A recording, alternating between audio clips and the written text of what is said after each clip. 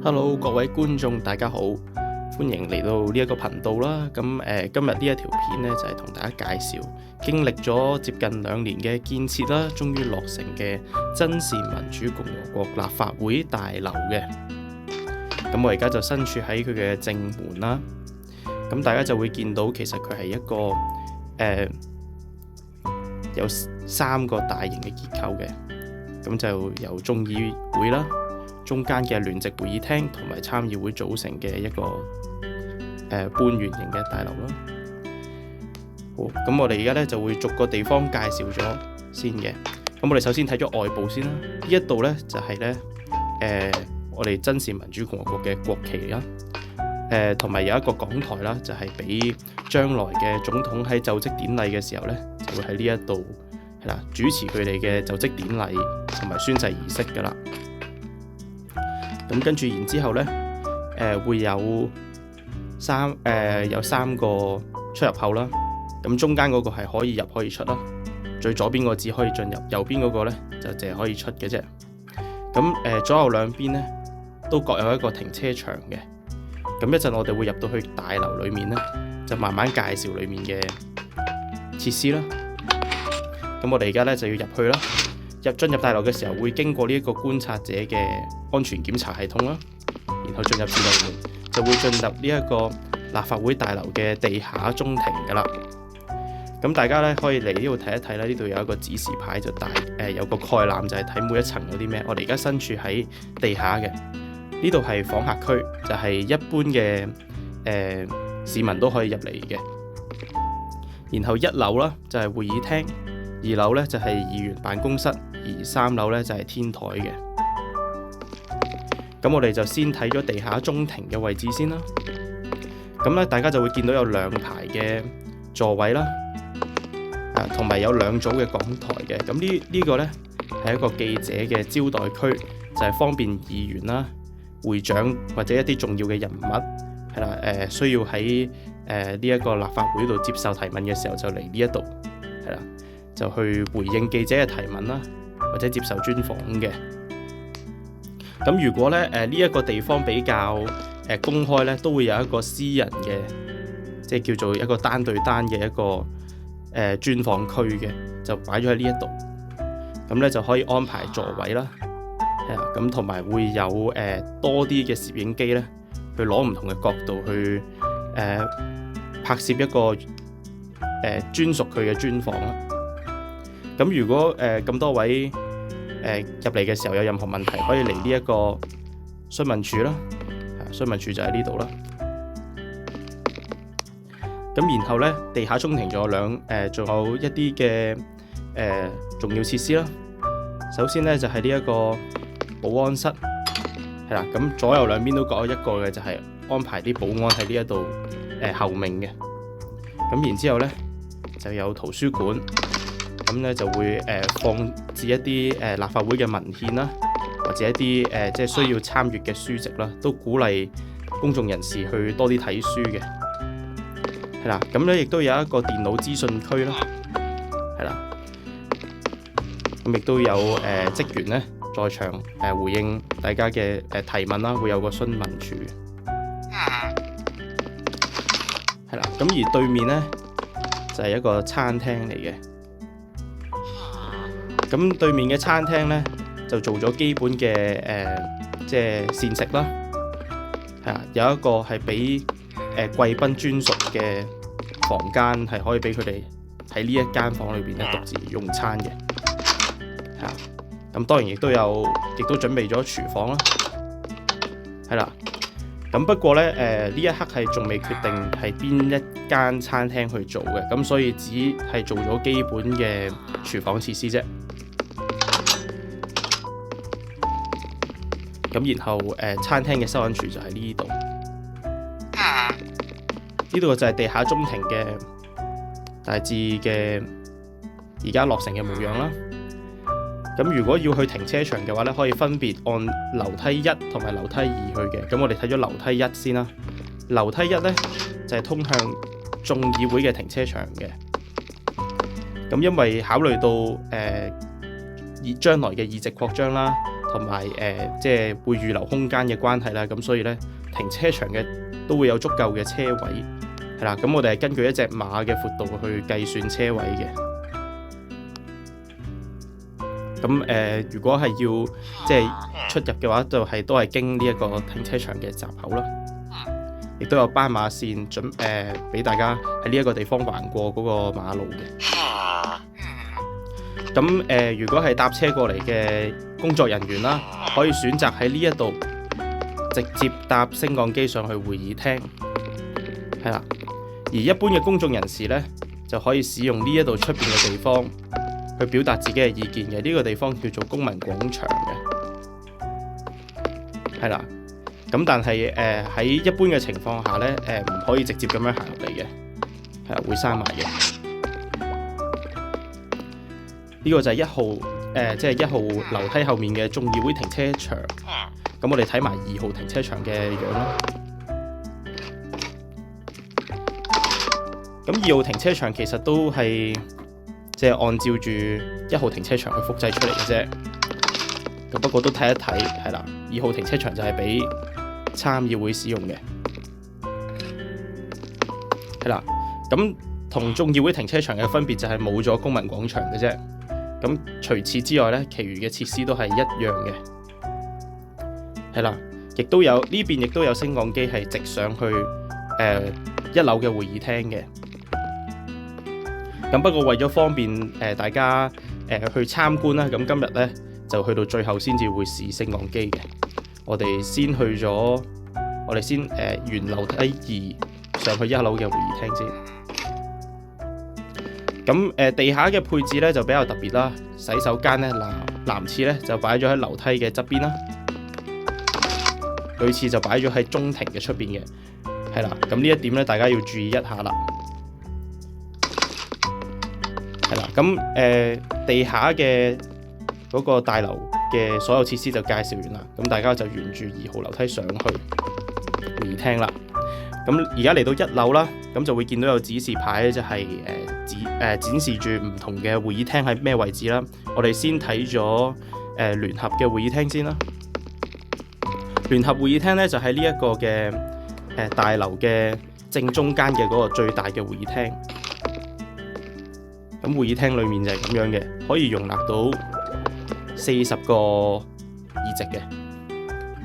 咁聯合會議廳咧就會喺總統運用呢一個議案否決權嘅時候啦，需要進行聯席會議嘅情況咧，就會使用噶啦，係啦。咁同時呢一個總統發表施政報告同埋財政預算案咧，亦都有機會會使用呢一度嘅，亦都已經準備咗講台俾總統啦，俾眾議會會長同埋參議會會長都可以使用嘅，上面有我哋嘅國旗，係啦。咁會議廳準備咗多個攝影鏡頭啦，去拍攝唔同嘅角度嘅，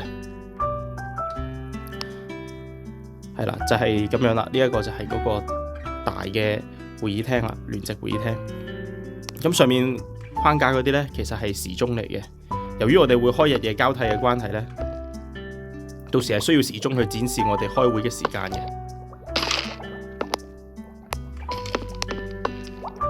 跟住我哋就會介紹眾議會嘅會議廳啦。咁喺兩邊嘅會議廳之間呢，都會有洗手間啦。而會議廳嘅左右兩邊呢，都會有一個會長專屬嘅入口嘅。大家會見到呢一度都有一個係眾議會嘅會長入口啦。咁不過我哋由正門行入去啦。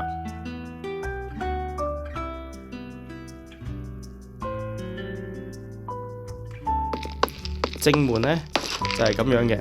咁由於即係眾議會同參議會嘅會議廳係會用得比較密啦，我哋已經放咗今次呢一個會期嘅議員嘅即係村民 NPC 喺裏面噶啦。咁同各位觀眾解釋一下，係啦，而家個會議廳嘅嗰個架構分佈啦。咁呢就會見到呢，有啲議員呢係貼咗藍色標籤嘅。藍色標籤呢係真善自由聯盟嘅議員嚟嘅，而家一共有4個，至於黃色呢，就係保民黨嘅議員嚟嘅，係啦。而會長呢，就係真善自由聯盟嘅曲德田05議員啦，係啦，亦都係會每一屆，由於每一屆呢嗰個顏色可能都會變換啦，咁後面呢會標示翻佢嘅名嘅。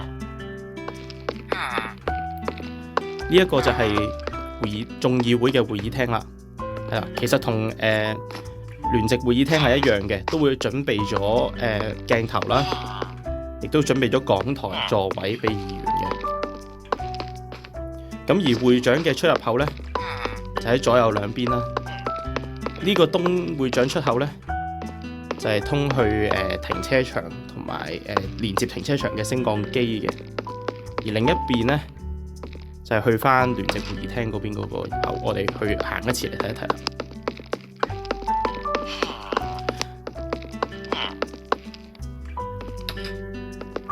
咁如果議員即係其他議員呢，就只可以從剛才嗰個正門入去嘅啫。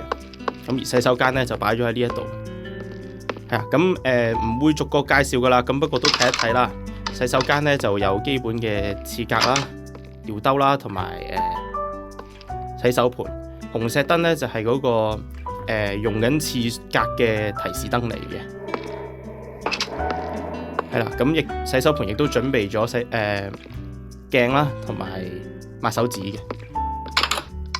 咁我哋就去埋參議會會議廳啦。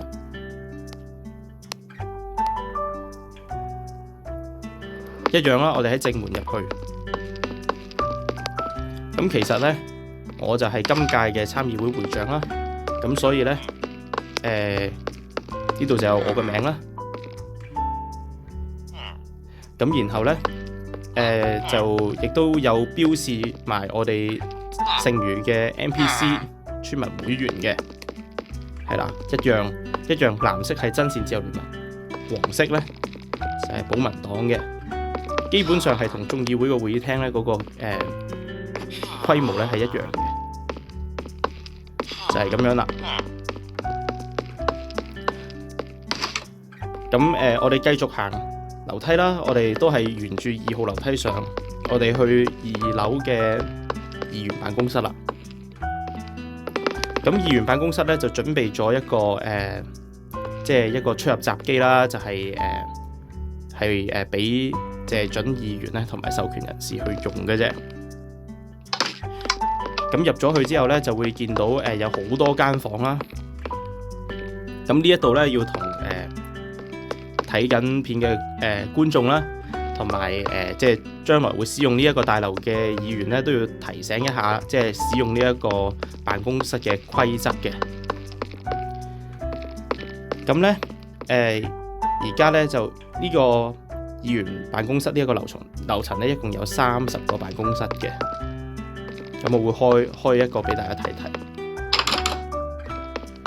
咁咧辦公室裏面咧，已經根據咗黨派嘅顏色去分佈㗎啦，咁所以你就會見到有藍色嘅辦公室同埋黃色嘅辦公室。我哋睇睇藍色㗎，係啦，咁一如既往啦，藍色就係由呢一個真善自由聯盟使用嘅，黃色呢就係保民黨用嘅，係啦。咁一共有30個辦公室，咁點分呢？嗱，眾議會呢就會使用1至到14號，大家會見到有個門牌號碼嘅。眾議會嘅議員啦，使用1至到14號。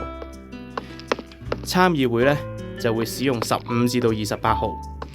剩低嘅2個號碼，即係29同30號呢，就係隱藏辦公室嚟嘅。一般隱藏辦公室咧係會留俾會長使用嘅，咁但係都唔係一個硬性規定啦。咁呢一個就係隱藏辦公室啦，會細少少嘅。咁每個辦公室咧基本配備咧都會有書櫃啦、製圖台啦，係啦，床一張，係啦，寶箱同埋台龍凳嘅，係啦。咁如果需要任何嘅額外嘅配備咧，就要自己準備啦。咁議員辦公室咧係冇獨立廁所嘅，嗰個單位係全部都使用共用嘅洗手間啦。就喺呢一度。咁之後會因應大家嘅需求呢，有需要嘅話會做少少調整啦。係啦，咁亦都有白色嘅分間呢，提示咗咁多位即係嗰個數字編配嗰個位置嘅。一般呢，就除咗27號同28號嘅辦公室之外，其餘我頭先講嘅分配嘅位置呢，都會好接近嘅。大家會見到指示牌嘅。如果真係揾唔到自己嘅辦公室，可以睇翻每一條嘅走廊上面寫住嘅號碼喺邊度。最後啦，我哋呢就去到天台。咁天台呢就喺呢一度有個迴旋樓梯啦。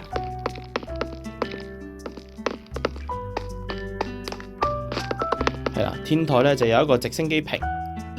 係啊，咁亦都有基本嘅燈籠去做照明，同埋有2組嘅國旗嘅，就係咁啦。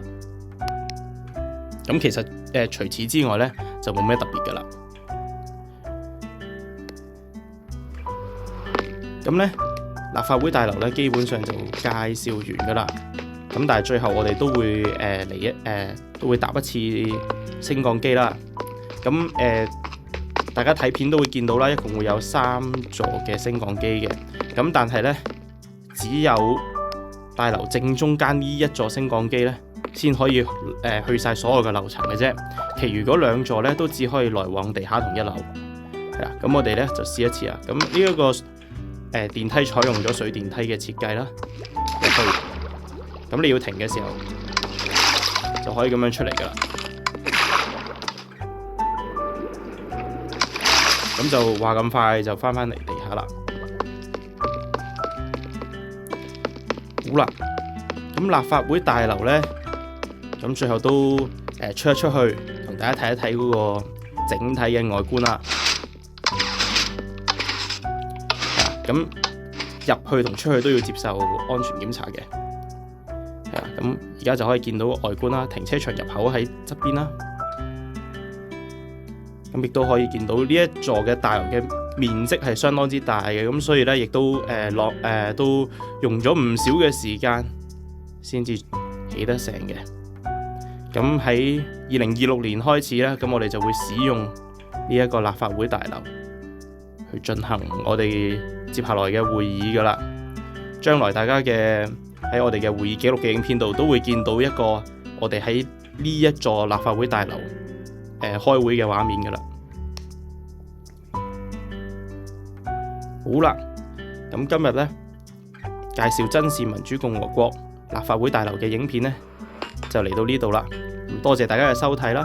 咁期待下一次有新嘅建築可以喺呢一個頻道度介紹俾大家睇。我哋下次見啦，拜拜。